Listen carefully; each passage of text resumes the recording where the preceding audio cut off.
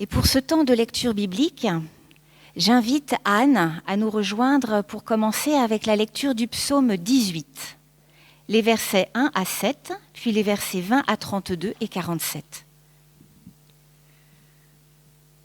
Au chef de chœur du serviteur de l'Éternel, de David, qui adressa à l'Éternel les paroles de ce cantique, quand l'Éternel l'eut délivré de la main de tous ses ennemis et de la main de Saül.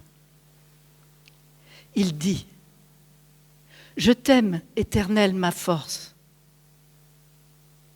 Éternel, mon roc, ma forteresse, mon libérateur, mon Dieu, mon rocher où je me réfugie, mon bouclier, la force qui me sauve, ma haute retraite. Je m'écrie : Loué soit l'Éternel, et je suis sauvé de mes ennemis. Les liens de la mort m'avaient enserré, et les torrents de la destruction m'avaient épouvanté. Les liens du séjour des morts m'avaient entouré. Les filets de la mort étaient devant moi. Dans ma détresse, j'invoque l'Éternel. Je crie à mon Dieu. De son palais, il entend ma voix, et mon cri vers lui parvient à ses oreilles. Il m'a fait sortir pour me mettre à l'aise. Il m'a retiré, car il m'a prise en affection. L'Éternel m'a traité selon ma justice. Il m'a rendu selon la pureté de mes mains. Car j'ai gardé les voies de l'Éternel, et je ne me suis pas éloigné avec méchanceté de mon Dieu. Toutes ses ordonnances sont devant moi, et je n'écarte pas de moi ses prescriptions. J'ai été intègre envers lui, et je me suis tenu en garde contre ma faute. L'Éternel m'a rendu selon ma justice, selon la pureté de mes mains devant ses yeux. Avec celui qui est loyal, tu te montres loyal. Avec l'homme intègre, tu te montres intègre. Avec celui qui est pur, tu te montres pur. Et avec les pervers, tu te montres avisé. Car c'est toi qui sauves les gens malheureux et qui abaisses les regards hautains. C'est toi qui fais briller ma lumière. L'Éternel, mon Dieu, éclaire mes ténèbres. Avec toi, je me précipite sur une troupe en armes. Avec mon Dieu, je saute une muraille. Les voies de Dieu sont parfaites. La parole de l'Éternel est éprouvée. Il est un bouclier pour ceux qui se réfugient en lui. Car qui est Dieu si ce n'est l'Éternel ? Et qui est un rocher si ce n'est notre Dieu ? Vive l'Éternel, et béni soit mon rocher, que le Dieu de mon salut soit exalté. Et dans le Nouveau Testament, nous allons maintenant lire, et je demande à Ginette de nous rejoindre, l'Évangile de Matthieu, au chapitre 22, les versets 34 à 40. Les pharisiens apprirent qu'il avait réduit au silence les Sadducéens. Ils se rassemblèrent, et l'un d'eux, docteur de la loi, lui posa cette question pour le mettre à l'épreuve. « Maître, quel est le grand commandement de la loi ?» Jésus lui répondit : « Tu aimeras le Seigneur, ton Dieu, de tout ton cœur, de toute ton âme et de toute ta pensée. C'est le premier et le grand commandement. Et voici le second, qui lui est semblable. Tu aimeras ton prochain comme toi-même. De ces deux commandements dépendent toute la loi et les prophètes. »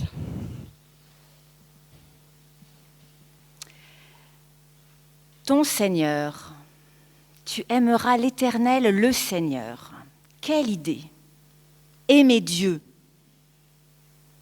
Pourquoi faire? Et puis à quoi ça sert d'aimer Dieu? C'est quand même lui qui est censé nous aimer, le Créateur. Alors je vous propose un parcours en 3 étapes. Premier point que je propose d'aborder, c'est en quoi sommes-nous concernés par ce premier commandement que la judaïté de Jésus nous rappelle. Et nous irons piocher quelques éléments de l'approche historique pour en parler. Le deuxième point que je vous proposerai d'aborder, c'est mais de quoi nous parle ce premier commandement de la loi juive? D'aimer, d'amour, d'aimer d'amour, c'est-à-dire. Et le troisième point, ce serait de dire, mais comment entendre cet amour-là? Et que faire de cet amour de Dieu pour soi? Et commençons d'abord par la première étape, avant d'en arriver là. Et vous l'avez déjà entendu, ce commandement. Un commandement, le premier. Alors, en quoi sommes-nous concernés? Car nous ne sommes pas juifs. Nous sommes chrétiens. Car après tout, le terme commandement aujourd'hui n'a pas très bonne presse. Dans la vie courante, ce n'est pas un mot qui a vraiment la cote et qu'il a peut-être encore moins dans le domaine religieux d'aujourd'hui. De nos jours, en tout cas, je ne sais pas vous, on n'aime pas trop être commandé. Commander, c'est peut-être plus facile, plus agréable. Ça donne autorité, ça donne une importance. Mais alors, quand il s'agit d'ajouter ou de relier commandement à amour, ça pose problème, en tout cas, ça pose question. Et puis, je me disais aussi, bon, on va au culte de temps en temps, on prie de temps en temps, on pense à Dieu comme ça, en passant. C'est peut-être suffisant. On participe aux grandes fêtes liturgiques, on donne pour l'offrande et parfois même généreusement. Puis quoi? Ça suffit, c'est pas mal déjà. Aimer Dieu. Alors que faire de ce que dit Matthieu? Vous savez que c'est le fameux rédacteur judéo-chrétien d'un évangile qui rappelle le premier commandement. Les jeunes diraient aujourd'hui the commandement. Fondement d'autres nombreux commandements sur lesquels tous les autres reposent. Tu aimeras l'Éternel. Et en écrivant cela, je me suis demandé qu'est-ce que Matthieu cherche à nous dire? Que Jésus est profondément juif? Oui. Comme c'est le cas de Matthieu qui écrit le premier des évangiles du Nouveau Testament, le plus juif des évangélistes, mais comme c'est aussi le cas de ceux auxquels Jésus s'adresse. Alors qu'est-ce que Matthieu veut nous dire? Que Jésus s'inscrit dans la longue généalogie de ses pères, de ses ancêtres. Et oui, il connaît la loi sur le bout des doigts. Alors, ce spécialiste de la loi veut peut-être lui poser une colle. Bon, raté. Jésus avait appris ses leçons. Ce Jésus est un homme pétri du judaïsme religieux et législatif, le même que son interlocuteur. Donc, on a là une joute verbale, quelque chose qui se dit. Mais alors, cher rédacteur, pourquoi faites-vous cette allusion à la loi de Moïse que vous mettez dans la bouche de Jésus? Allons voir du côté du contexte historique pour y répondre. La tradition de la communauté de l'évangéliste Matthieu ne remonte pas au Jésus historique. Cette tradition est une actualisation d'une tradition ancienne qui répond à une nouvelle situation, qui correspond à une période après 70, dans un contexte de dialogue polémique avec les pharisiens, d'où le fait que Matthieu se concentre sur ce groupe religieux des pharisiens dans les nombreux récits qu'il rédige. Dans le dialogue entre ces deux juifs, entre ce pharisien anonyme et Jésus, l'évangéliste est en train de dire « Il y a plus grand que le temple. Il y a plus grand que le temple dans lequel nous sommes aussi aujourd'hui. » Pas possible. Ce n'est pas le rapport à la loi et aux prophètes qui compte. C'est la foi en Jésus. Il ne s'agit pas de méditer la loi, de méditer son application pour remplacer le temple. Il s'agit ici, pour Matthieu, du temple de Jérusalem, qui n'existe plus après 70. Il s'agit ici de donner un sens nouveau à cette loi que Jésus rappelle, sens qu'il va lui donner, lui Jésus, et un sens qui va disqualifier celui des pharisiens. Ce sens nouveau est de confesser Jésus comme Messie, l'envoyé de Dieu. Et pour ce spécialiste de la loi, entendre que dorénavant, celui qu'il a en face de lui, il n'y a plus besoin de venir à Dieu par la loi de Moïse. C'est à travers Jésus maintenant que s'instaure désormais la relation à Dieu. La relation à Dieu, et c'est là une folie, une révolution, ne passe plus par le prisme de la loi juive. Elle va dorénavant passer par un autre chemin, un autre médiateur. Certes, pour Matthieu, la loi juive a une grande importance. Il ne s'agit pas de l'effacer.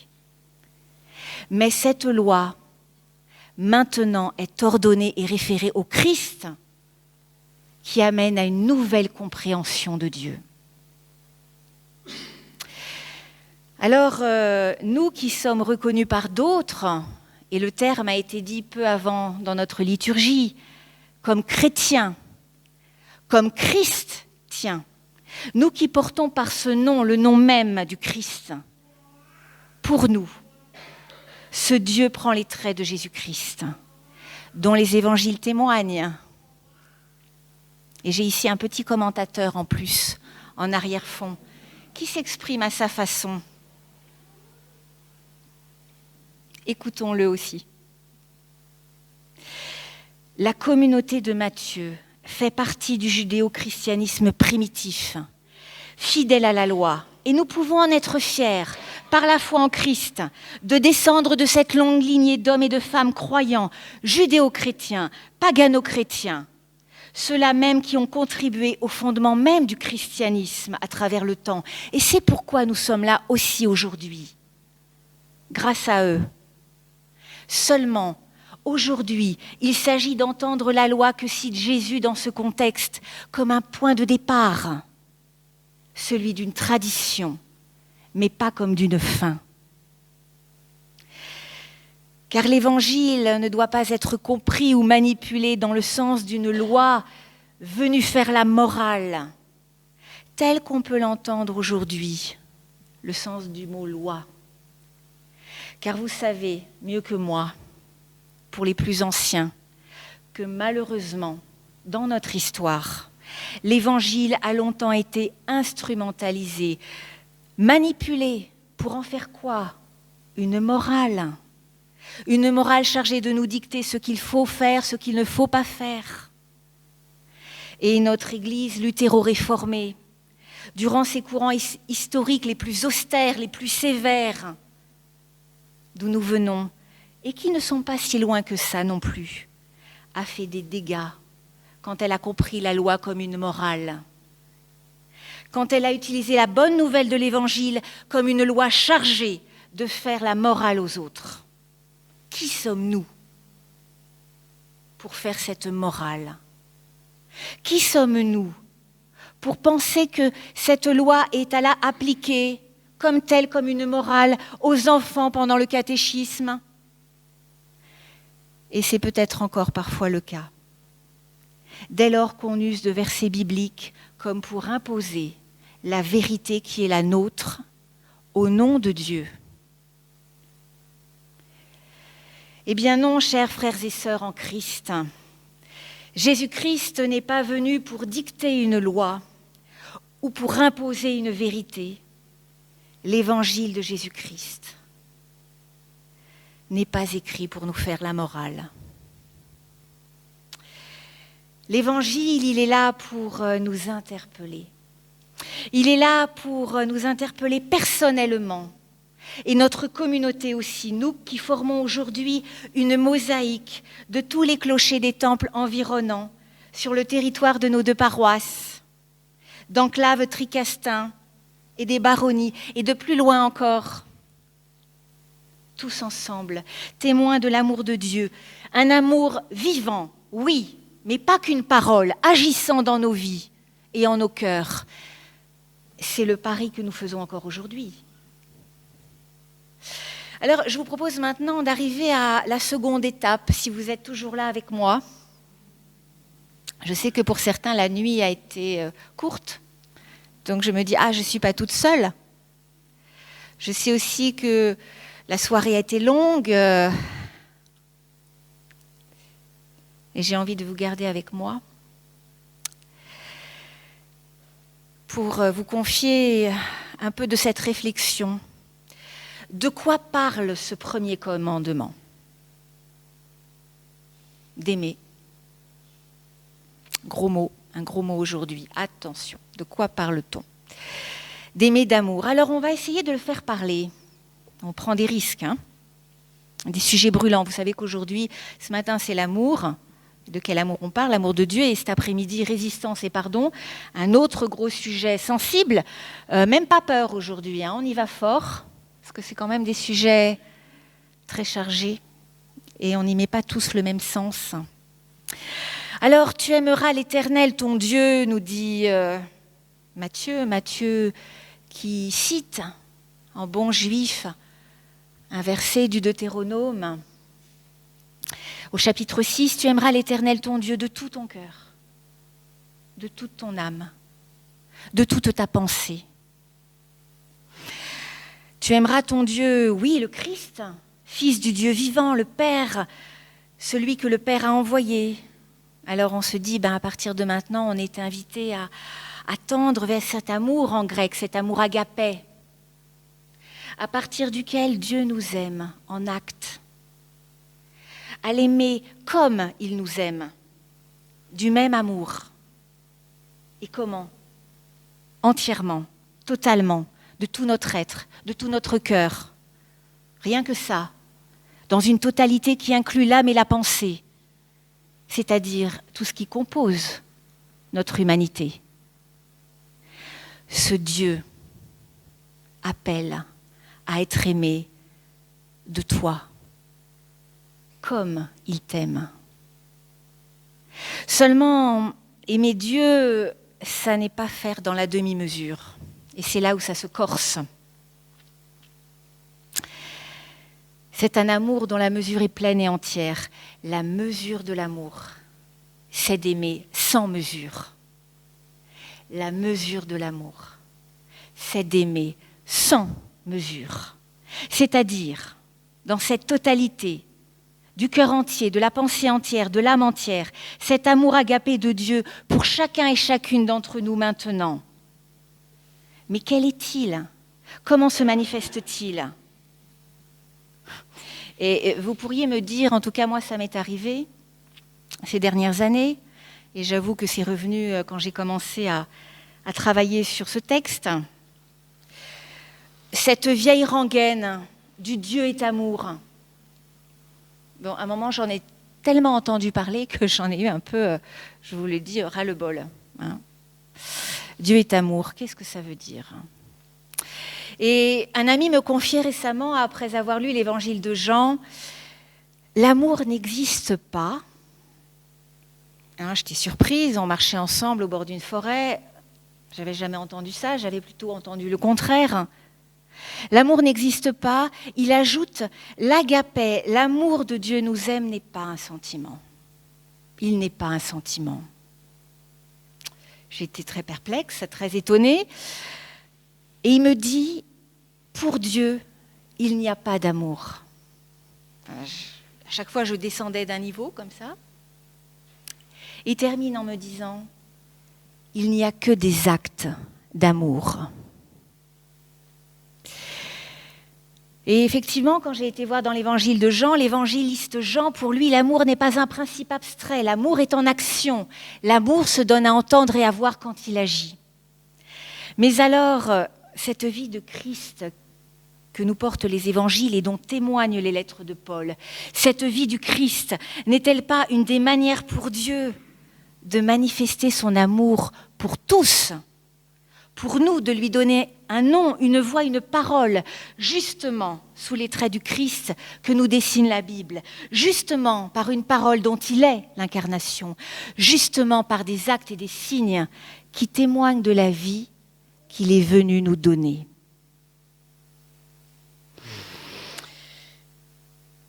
Il y a là de quoi réfléchir, il y a là de quoi être interpellé.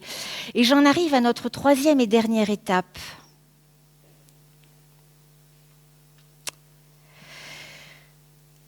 Cet amour de Dieu à manier avec infiniment de précaution, mais nous venons de dire que ce n'est pas un sentiment, quand bien même nous sommes invités à aimer comme Dieu nous aime, parce qu'au départ je pensais que l'agapé dont il s'agissait ne concernait que l'amour de Dieu, qu'un amour qui n'était réservé qu'à Dieu, que seul Dieu pouvait aimer de cet amour. Eh bien non. Cet amour agapé concerne aussi nous tous.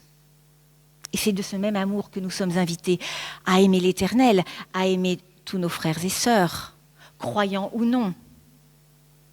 Et plus particulièrement ceux qui ne nous plaisent pas, paraît-il.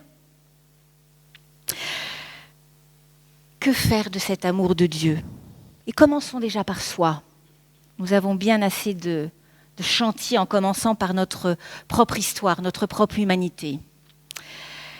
Alors, aimer Dieu, aimer les autres comme Dieu nous aime, être des hommes et des femmes porteurs et signes de l'amour de Dieu qui nous appelle à aimer Dieu, la source, Dieu comme source de laquelle nous puisons, pour aimer comme il nous aime, pour agir comme il agit, envers soi-même d'abord. Aimer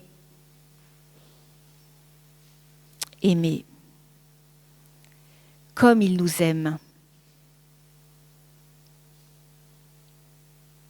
Et vous savez qu'on oublie souvent la dernière partie de la phrase. Aimer Dieu comme Dieu nous aime, certes, aimer son prochain comme soi-même. Comme soi-même. Comment nous aimons-nous ? Comment nous aimons-nous ? Eh bien, le Christ des évangiles ferme la porte à tous les intégrismes et extrémismes religieux qui tuent encore, toujours, au nom de Dieu.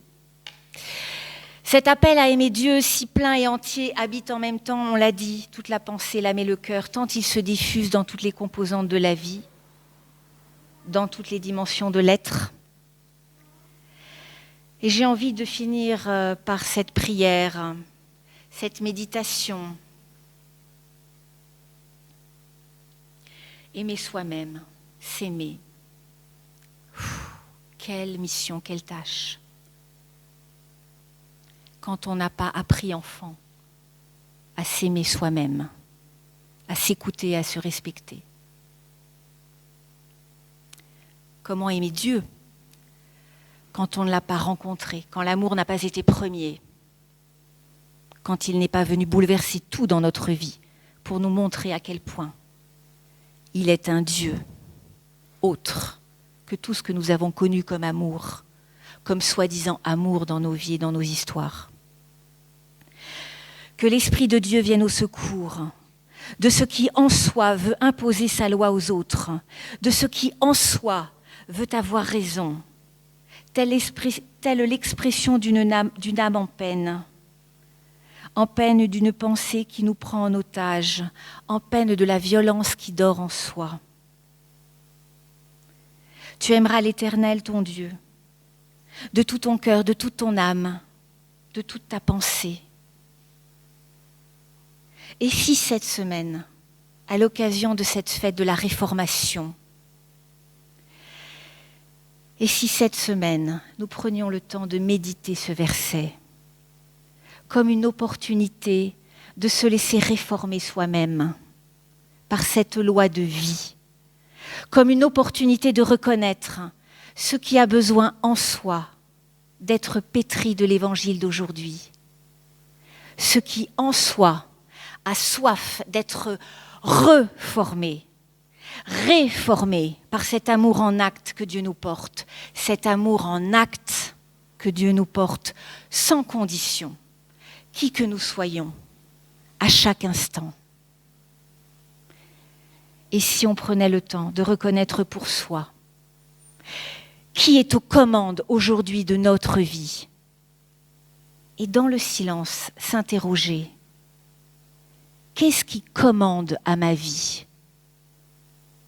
À quels actes de ma vie aujourd'hui reconnaître concrètement l'amour que je porte à Dieu? Amen.